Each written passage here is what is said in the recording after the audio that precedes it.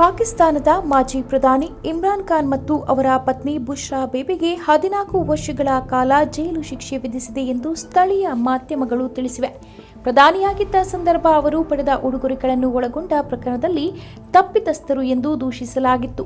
ರಾಜ್ಯ ರಹಸ್ಯಗಳನ್ನು ಸೋರಿಕೆ ಮಾಡಿದ ಪ್ರಕರಣದಲ್ಲಿ ಖಾನ್ಗೆ 10 ವರ್ಷಗಳ ಜೈಲು ಶಿಕ್ಷೆ ವಿಧಿಸಿದ ಒಂದು ದಿನದ ಬಳಿಕ ರಾಷ್ಟ್ರೀಯ ಚುನಾವಣೆಗೆ ಒಂದು ವಾರದ ಮೊದಲು ಈ ತೀರ್ಪು ಬಂದಿದೆ.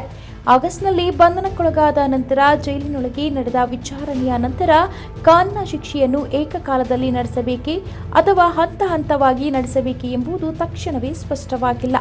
ಆದರೆ ಇಮ್ರಾನ್ ಖಾನ್ ಅವರ ಪತ್ನಿ ಬುಷ್ರಾ ಬೇಬಿ ಅವರು ವಿಚಾರಣೆಯ ಉದ್ದಕ್ಕೂ ರಿಮಾಂಡ್ನಲ್ಲಿದ್ದರು ಎಂದು ಖಾನ್ ಅವರ ವಕೀಲ ಸಲ್ಮಾನ್ ಸಫ್ದಾರ್ ಅವರು ಹೇಳಿಕೆ ನೀಡಿದ್ದಾರೆ.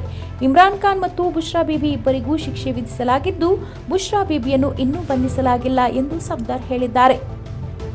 ಈ ಪ್ರಕರಣಕ್ಕೆ ಸಂಬಂಧಿಸಿ ಎಸಿಪಿ ಖಾನ್ ಅವರನ್ನು ಅನರ್ಹಗೊಳಿಸಿತು ಮತ್ತು ನಂತರ ಸೆಷನ್ಸ್ ನ್ಯಾಯಾಲಯದಲ್ಲಿ ಕ್ರಿಮಿನಲ್ ಮೊಕದ್ದಮೆಯನ್ನ ದಾಖಲಿಸಿ ಅವರನ್ನು ಅಪರಾಧಿ ಎಂದು ಘೋಷಿಸಿತು.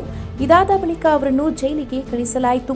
ಖಾನ್ ಅವರು ತಮ್ಮ 3 ವರ್ಷಗಳ ಅವಧಿಯಲ್ಲಿ ವಿಶ್ವ ನಾಯಕರಿಂದ 140 ಮಿಲಿಯನ್ಗಿಂತಲೂ ಹೆಚ್ಚು ಮೌಲ್ಯದ 58 ಉಡುಗೊರೆಗಳನ್ನು ಪಡೆದರು ಮತ್ತು ಅವೆಲ್ಲಕ್ಕೂ ಅತ್ಯಲ್ಪ ಮೊತ್ತವನ್ನು ಪಾವತಿಸಿದರು ಅಥವಾ ಯಾವುದೇ ಪಾವತಿ ಇಲ್ಲದೆ ಉಳಿಸಿಕೊಂಡರು ಎಂದು ಆಪಾದಿಸಲಾಗಿದೆ.